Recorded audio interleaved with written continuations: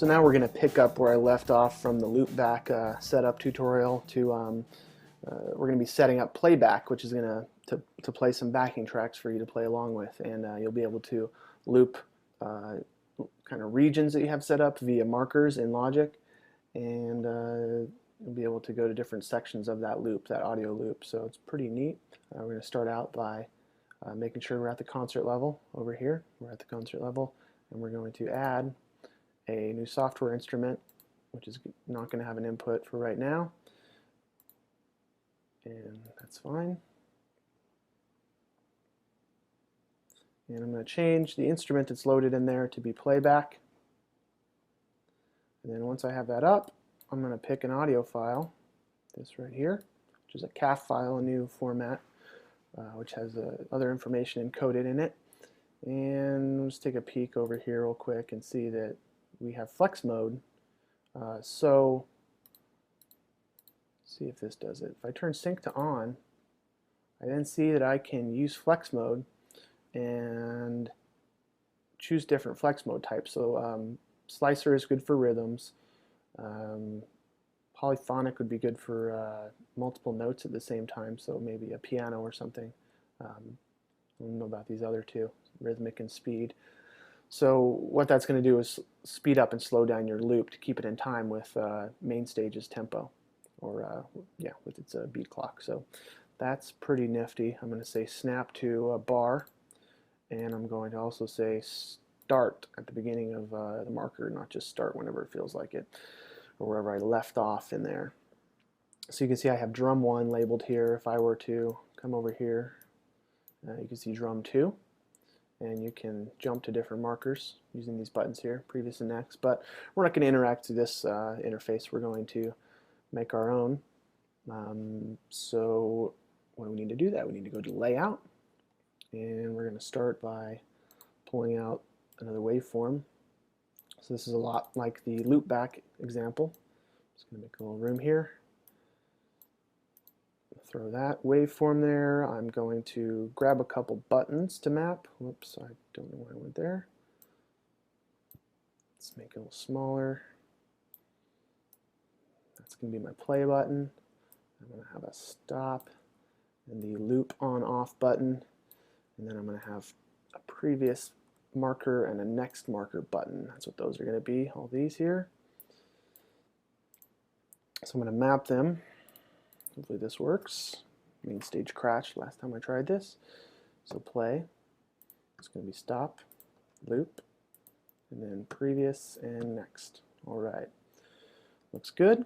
I think that's all we need for that. So let's hop over to the edit and let's start connecting some of this to the loop, or not loop back, the playback instance. So let's name this properly. Playback. Okay, so that looks good now. Let's, we see Playback down here on track 4, and select that, our only choice. And then we're going to map these buttons up to different transport controls. So that would be Playback, Playback, Transport, and this is going to be play from current marker. Play stop from current marker. We'll do that. And then we'll just say this one's going to be stop, which we actually don't have to map that since we have play stop marked, but I'll stay with my plan. Stop immediately. And then we're going to map this to loop, which I can't find that in the playback. Maybe it is in there, but I gave up trying to look for it, and so I just select that button, map parameter, and then do it the old-fashioned click on the screen way. Okay. And okay, and then we're going to do previous and next on here. Playback, transport, go to previous marker, and then this one is going to be, you guessed it, go to next marker. Okay, so we're all mapped up for some playback here. So let me try pressing the play button and see what happens. Okay, so that works. Stop works. Cycle is on, off, on, off. Okay, so that works fine. So let's try tapping our tempo up a little faster. Tap, tap, tap, and we're up at 130 now, and hit play.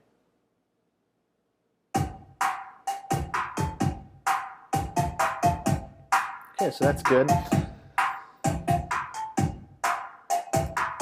Let's turn that down a little bit. Now, so right now I'm looping inside of this drum 1, and I can go to the next one.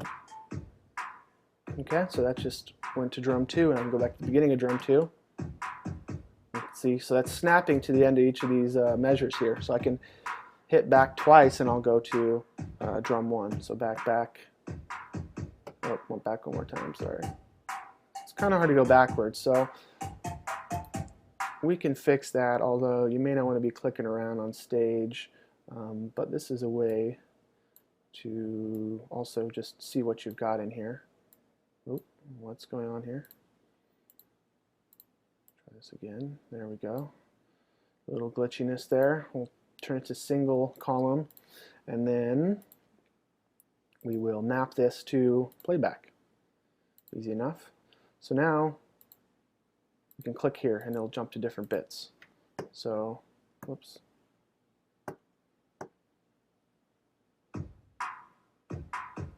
Now I'll go to 1.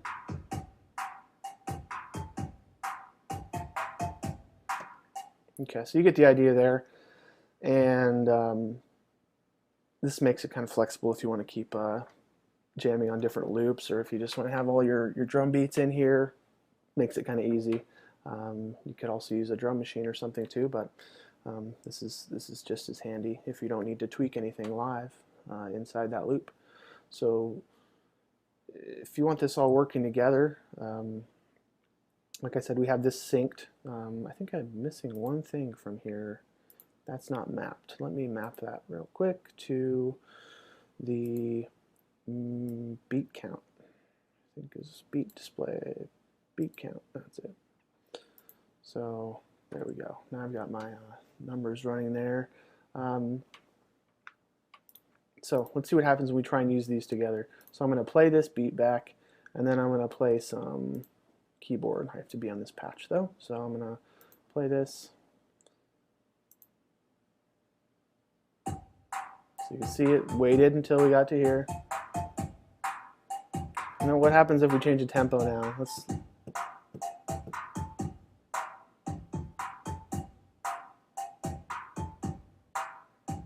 So that stays pretty well on the beat. We'll speed it back up. There's a little bit of glitchiness there, so I don't know if I'd be tapping the tempo during playback, but you can start out a song with that. And I'm not getting any keyboard sound now. Delightful.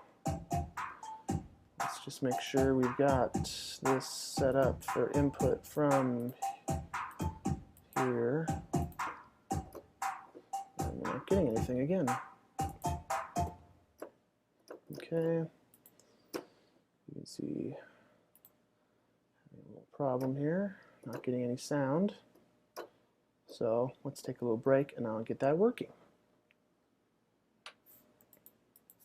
And what it ended up being was the Ultrabeat plugin, which is at the concert level, had my keyboard selected as the input. Okay, and then for some reason that wasn't that was like taking the input from the keyboard over here at the patch level and wasn't letting it get through. I don't know if that's a bug or if that's by design, but a little confusing. It'd be nice to be able to, when I remember, you can have two things selected and they'll both play at once. So let's see there. We'll try it one more time. Try switching this back to, and now we get nothing. So I don't even think we're getting Ultrabeat. Oh, actually. So yeah, we do get it there. So that's interesting and good to know. So there's the there's our electric piano again. We got that. We'll just turn that down a little bit, and then we'll get our beat going again.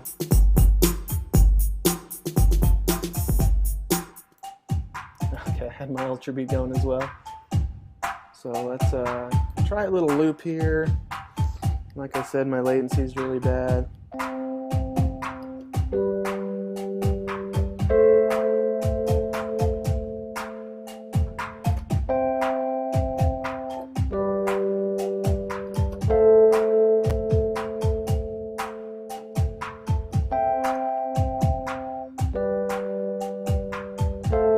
So yeah, my keyboard's way late, but looks like it's basically lined up.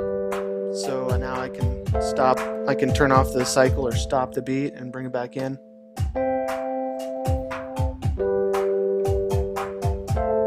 Stop it again and I could go to the next section and play back.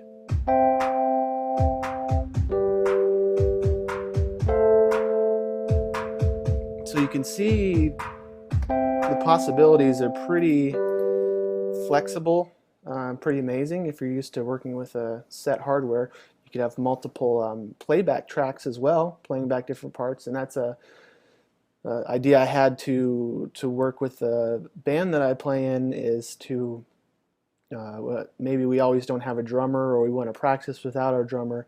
We can have or we want to practice with the drummer. We have a backing track with the instrumentals, then we have another track with just a click track, then we have another track with drums in it. So based on the scenario, I can hit mute and I can mute out the drums and we can play with our drummer, or we can and send him the click track, or we can put the drums back in, take out the click track, and just play along with like how we used to do before we had a drummer.